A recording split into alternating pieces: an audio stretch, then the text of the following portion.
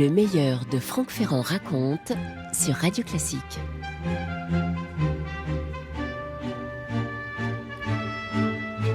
Tout le monde, ou presque, a entendu parler, plus ou moins, de ce procès intenté au savant Galilée, parce qu'il venait de soutenir, par écrit s'il vous plaît, et de manière éditée, ce qui était assez nouveau à l'époque, la théorie copernicienne. La théorie copernicienne, c'est cette théorie qui veut que la Terre ne soit plus le centre immobile de l'univers, mais bien au contraire un astre en rotation sur lui-même et surtout en rotation autour du Soleil.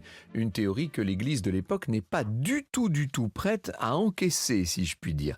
Il faut vous lire quand même ce que disait à ce propos le pape Urbain VIII. Même si beaucoup de faits semblent prouver que la Terre tourne autour du Soleil, donc quand même le pape n'est pas tout à fait inconscient, il est théoriquement possible que Dieu, dans sa puissance infinie, ait obtenu les mêmes effets en faisant au contraire tourner le soleil autour de la terre, comme le disent si justement les saintes écritures. Oui, nous, ça nous fait sourire, pour ne pas dire rire, mais à l'époque, il n'est pas du tout question ni de rire, ni de sourire. Le procès qui s'ouvre le 12 avril 1633 et qui est mené par un personnage très important, le dominicain Vincenzo Maculano, qui se trouve être commissaire général du Saint-Office. C'est le fameux Maculano de Firenzuola, qui a fait beaucoup parler de lui pour essayer de défendre un certain nombre de thèses parfaitement orthodoxes. Ce procès est un procès extrêmement dur. Et à la suite de toutes sortes de subterfuges, on va finir par piéger Galilée, par le prendre au piège de ses propres spéculations. Et à la fin de tout cela, le 22 juin de cette terrible année 1633, on extrait des prisons du Saint-Office le maître, le savant, pour le faire comparaître dans la grande salle du couvent de Santa Maria de la Minerva, devant la congrégation du Saint-Office qui a été réunie de manière solennelle. Et on va lui lire la sentence à laquelle il est condamné: interdiction de son dernier ouvrage, le dialogue des grands systèmes, prison pour l'auteur au gré du Saint-Office avec pénitence salutaire, c'est-à-dire qu'il va devoir réciter des psaumes pendant 7 ans. Après quoi, Galilée doit mettre un genou à terre et réciter, même non seulement un genou, il se met à genoux et récite l'abjuration célèbre que je vais vous lire parce que elle est quand même très importante. Moi, Galilée, fils de Vincenzo Galilée de Florence, âgé de 70 ans, comparaissant personnellement en jugement et agenouillé devant vous, éminentissimes et révérendissimes cardinaux, inquisiteurs généraux, agissant pour tout le monde chrétien contre la perversité hérétique, ayant devant les yeux le très saint évangile que je touche de mes propres mains, je jure que j'ai toujours cru, que je crois maintenant, et avec l'aide de Dieu que je croirai à l'avenir, tout ce qu'admet, prêche et enseigne la Sainte Église catholique et apostolique. Ce même Saint-Office m'avait antérieurement, juridiquement et personnellement intimé l'ordre d'abandonner entièrement cette opinion fausse, selon laquelle le soleil serait le centre du monde et ne se déplacerait pas, la terre n'étant pas le centre du monde et se déplaçant, et m'avait interdit d'admettre, de défendre et d'enseigner de quelque façon que ce soit, oralement ou par écrit, la doctrine susdite. D'un cœur sincère et de bonne foi, j'abjure, je maudis, je déteste mes susdites erreurs et hérésies. De plus, si je connais quelque hérétique ou quelqu'un qui soit suspect d'hérésie, je le dénoncerai au Saint-Office ou bien à l'inquisiteur ou à l'ordinaire du lieu où je me trouverai. Quand on a passé l'essentiel de sa vie à rechercher la vérité, quand on a pris les risques énormes qui consistaient à affirmer que la théorie copernicienne était juste et qu'on se trouve obligé ainsi de se palinodier, qu'on est ainsi obligé de renoncer et de renier tout ce à quoi l'on croit, on ne peut évidemment qu'être très malheureux. On peut imaginer même le désespoir et la détresse de Galilée. Franck Ferrand sur Radio Classique. En se prononçant ainsi contre Galilée, le Saint-Office a rendu, je crois, un assez mauvais office, si je puis dire, à l'Église catholique, parce que la condamnation de Galilée va devenir dans les siècles suivants une véritable casserole que l'Église va traîner derrière elle, de Voltaire, bien entendu, à Bertolt Brecht, vous le savez, du petit père Combes aux anticléricaux les plus actuels, les plus contemporains. Ce jugement demeure un grand exemple de ce que pourrait être l'obscurantisme religieux dans sa plénitude. Plus généralement, l'opinion commune a un peu simplifié les choses. Il n'est pas rare de voir Galilée considéré dans certains articles ou à l'occasion d'un débat comme un grand astronome, comme un haut philanthrope, comme un sage suprême, et ses juges en face, ceux du Saint-Office, comme des ignorants, des irresponsables et des gens tout droit issus du Moyen-Âge. Alors, bien sûr que je ne vais pas, devant vous, là, maintenant, défendre le point de vue du tribunal qui a rendu à l'évidence un arrêt injuste, brutal et tout à fait maladroit. Mais ce que j'aimerais quand même essayer de vous montrer, c'est que Galilée n'était pas un astronome, mais un physicien. Oui, ça risque d'en choquer plus un, mais c'est ainsi. Il n'était pas un philanthrope, il était tout à fait carriériste, cet homme-là. Et au lieu d'être un sage, c'était au contraire un polémiste redoutable et par-dessus tout imprudent. Quant à ceux qui l'ont condamné, ils n'étaient peut-être pas aussi ignorants qu'ils ont voulu le prétendre. Peut-être même étaient-ils trop savants. Ils n'étaient pas irresponsables, ils étaient au contraire beaucoup trop crispés sur leurs responsabilités. Quant à leur appartenance au Moyen-Âge, alors là non pas du tout, c'était, d'une manière irréfragable, des hommes de leur temps.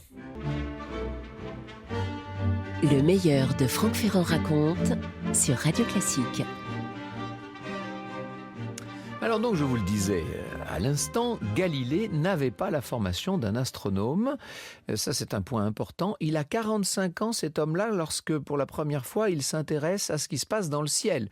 Jusque-là, il était physicien. Il enseignait les mathématiques à l'université de Padoue, donc pas très loin de Venise.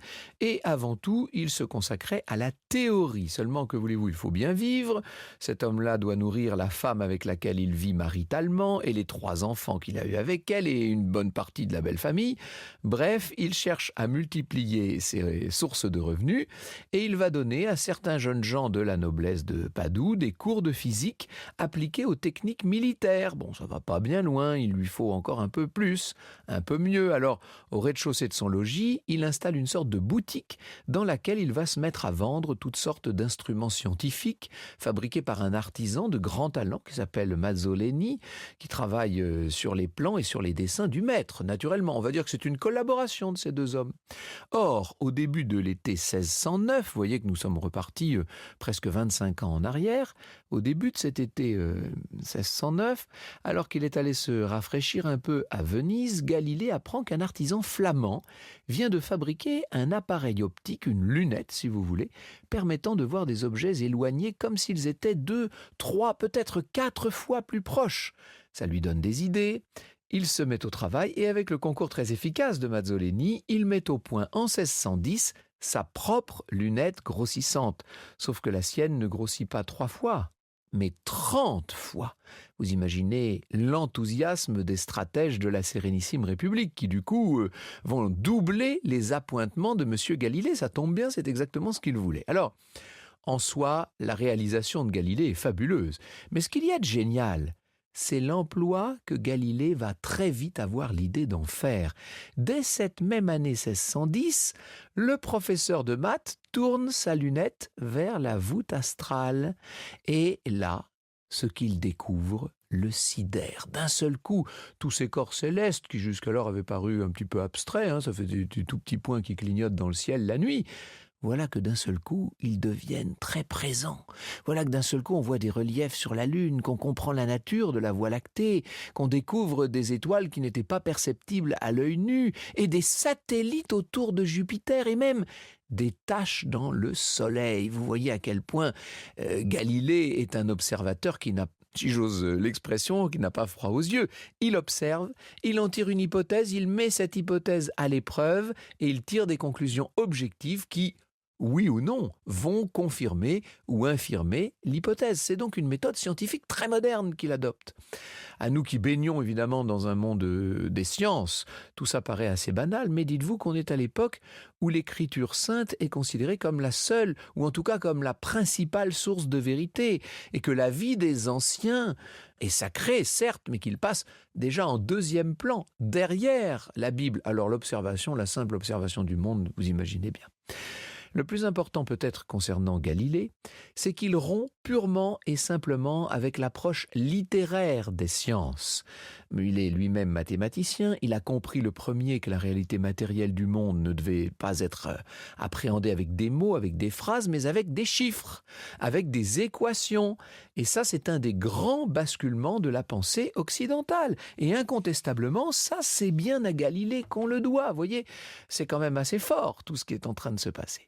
Je ne vous ai pas dit quand même que ce Galilée était né en 1564, en février 1564 à Pise, mais dans une famille florentine, c'est-à-dire dans une ville où l'on met Platon au-dessus de tout. Platon et son idéalisme. D'ailleurs, Galilée est rentré à Florence quand il avait 10 ans. Son père Vincenzo, qui était officiellement joueur de luth, mais qui s'adonnait surtout au négoce parce qu'il fallait bien vivre, là encore, son père l'avait ramené à Florence. Galilée va retourner à Pise faire des études de médecine, seulement la discipline ne lui plaît pas, ou plus exactement, ça ne correspond pas à sa vocation, parce que le jeune Galilée nourrit très tôt une passion pour l'univers physique. Lui, c'est comprendre le monde qui l'entoure qui l'intéresse. Et c'est dans la cathédrale de Pise qu'il a la première grande intuition scientifique de sa vie. Il observe des lampes qui sont en suspension, qui se balancent entre des piliers. Il constate que, quelle que soit l'amplitude du mouvement, quelle que soit la masse du pendule, les périodes sont de même durée. Ah là là, il vient de découvrir l'isochronie, vous imaginez. Le jeune Galilée est en train de constater ce phénomène qu'on va appeler isochronisme des oscillations. Plus tard, il se consacrera au mouvement des corps physiques dans le vide, ou bien sur des plans inclinés, etc. Il va en tirer toutes sortes de lois. C'est donc un grand théoricien. Il met au point, à partir de 1592, toutes sortes d'instruments, je vous l'ai dit, alors des compas de visée, des thermomètres, et puis donc ces fameuses lunettes qui permettent d'explorer, ou en tout cas d'admirer, d'observer le cosmos. Il va tirer de tout ça un petit ouvrage, Le Messager des étoiles, qu'il dédie au grand-duc de Toscane, avec l'espoir de pouvoir rentrer à Florence au plus tôt.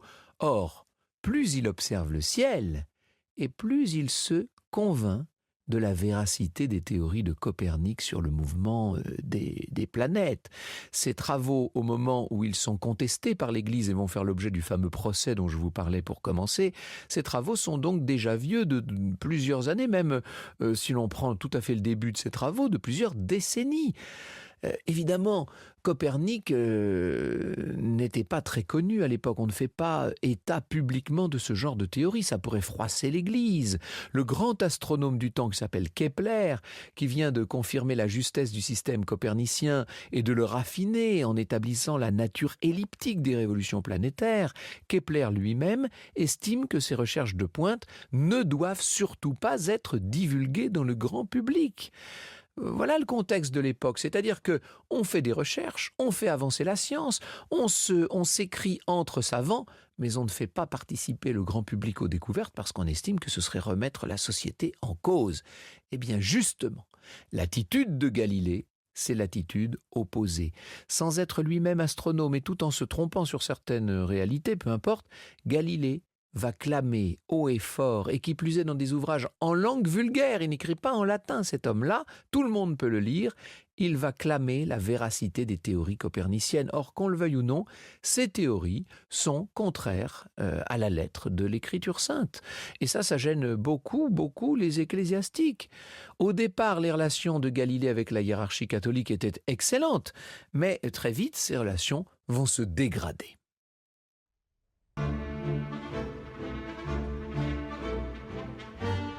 Le meilleur de Franck Ferrand raconte sur Radio Classique. Alors, pour bien comprendre la longue polémique qui va mener au procès de Galilée, il faut peut-être revenir à l'éternelle opposition, vous savez, des élèves de Platon, j'en disais un mot tout à l'heure à propos de Florence, et des élèves d'Aristote. D'un côté, l'idée, la théorie, mais aussi un besoin de vérité et d'explication globale. Ce sont les platoniciens, dont saint Augustin est l'interprète chrétien. Et puis de l'autre, vous avez, comment est-ce qu'on pourrait dire ça? L'empirisme. La pratique, le sens de la nuance et de la dialectique. Ça, ce sont les aristotéliciens, dont le maître chrétien est saint Thomas d'Aquin. Eh bien, dans cette première moitié du XVIIe siècle archi-baroque, ce sont les aristotéliciens qui dominent. En matière de cosmographie, la théorie admise, et c'est d'abord celle de l'Église, est directement héritée d'Aristote à travers Ptolémée d'Alexandrie. La Terre est immobile, n'est-ce pas? Elle est au centre des sphères universelles. C'est encore la grande vision, d'ailleurs assez poétique, du Moyen-Âge, de ces grandes sphères de cristal qui tournent les unes au milieu des autres, emboîtées, si l'on peut dire, les unes dans les autres. Galilée a connu l'influence des milieux platoniciens lorsqu'il était à Florence. Et le système copernicien qu'il va donc désormais se mettre à défendre bec et ongle, ce système prétend tout expliquer à partir d'une idée fondamentale et révolutionnaire. C'est le Soleil qui est au centre de l'univers. À l'époque, on ne parle pas des autres galaxies, évidemment. Et les planètes, dont la Terre, ne font que tourner autour du Soleil. Et Galilée se croit assez fort, il se croit assez bien lancé, non seulement intellectuellement, mais socialement, pour se faire le porte-enseigne public de cette approche néo-platonicienne, qui donc est fondée sur des calculs théoriques. Il a toute la renommée nécessaire, il faut dire qu'il a édité ce Messager des étoiles, qui a eu un très grand succès. Il possède beaucoup de grandes relations, et notamment il a la protection des Médicis depuis son retour à Florence. Et puis, il a surtout beaucoup de grandes relations dans la hiérarchie catholique, puisque le cardinal Barberini, notamment, très intéressé par ses observations, est au cœur de la curie. Quand même, en 1615, le cardinal Bellarmine, qui préside le Saint-Office, l'a convoqué à Rome. Les échanges sont restés polis et même respectueux. Les livres de Galilée ne sont pas mis à l'index des livres interdits, mais en revanche, ceux de Copernic le seront. Et de plus, Galilée devra s'abstenir désormais de professer ce que l'on considère en haut lieu du Vatican comme opinion fallacieuse. Alors, pourquoi cette intolérance? Je ne vais pas entrer dans tout le débat théologique. Sachez seulement que la théorie copernicienne est en contradiction avec un certain nombre de passages des Écritures. Par exemple, il est écrit dans Josué « Arrête le soleil dans le milieu du ciel ». C'est un problème dans le cadre d'une lecture littérale de la Bible. Or, et c'est le plus important, l'époque n'est pas du tout au relâchement. Pourquoi? Eh bien parce que entre la parution du livre de Copernic en 1543 et la publicité qui lui est donnée par Galilée au début du XVIIe siècle, il y a eu le fameux Concile de Trente. Le Concile de Trente qui a duré de 1545 à 1564 et au cours duquel les évêques se sont ingéniés à répliquer à Luther, à Calvin, aux protestants, en reprenant le dogme en main. C'est ce qu'on appelle la contre-réforme, c'est-à-dire qu'on ne va plus plaisanter avec les Écritures.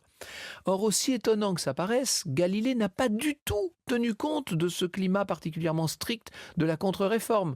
Peut-être parce qu'après tout, c'est le climat qu'il a toujours connu d'une certaine manière. Il est né là-dedans, lui. De plus, Galilée a une raison bien personnelle de ne pas trop se méfier. C'est qu'en 1623, le cardinal florentin Barberini est monté sur le trône de Saint-Pierre pour devenir le pape Urbain VIII. Aussitôt, Galilée lui a dédié un nouvel ouvrage qui traitait des comètes de 1618 et il a été reçu à Rome en grande pompe par le pape qui l'a traité quasiment comme un ami. Ils vont décider d'ailleurs de se voir toutes les 6 semaines, ce qui est une jolie façon d'entretenir une belle amitié. Dès lors, Galilée va se sentir protégé par le pape, libéré du serment verbal qu'il avait fait en 1615 au cardinal Bellarmine, et c'est le cœur léger que, sans trop se méfier désormais, il rédige son chef-d'œuvre, en même temps que le maître ouvrage qui va causer sa perte, ce dialogue sur les 2 grands systèmes du monde, qui est publié, je le précise tout de suite, en langue vulgaire, donc pas en latin. 1000 exemplaires qui sortent de presse à la première édition, pour nous c'est pas beaucoup, à l'époque c'est énorme tout simplement. Franck Ferrand sur Radio Classique.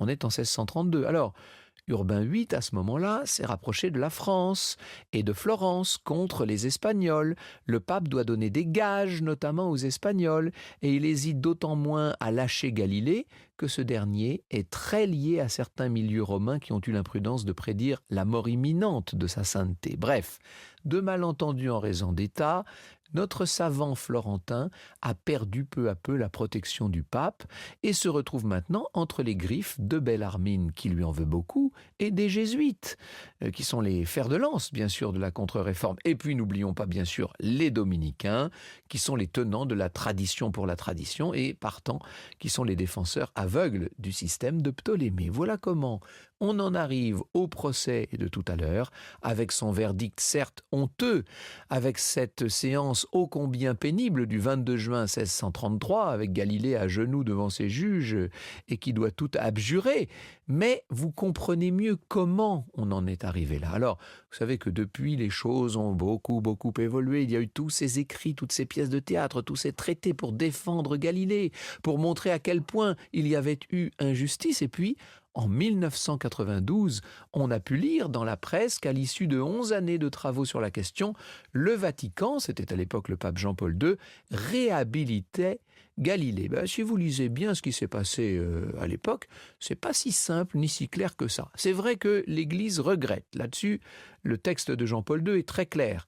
Mais l'Église n'a jamais révisé le procès de Galilée et elle n'a jamais réhabilité celui que le pape Jean-Paul II, néanmoins, a daigné qualifier de physicien de génie. Vous écoutez Radio Classique.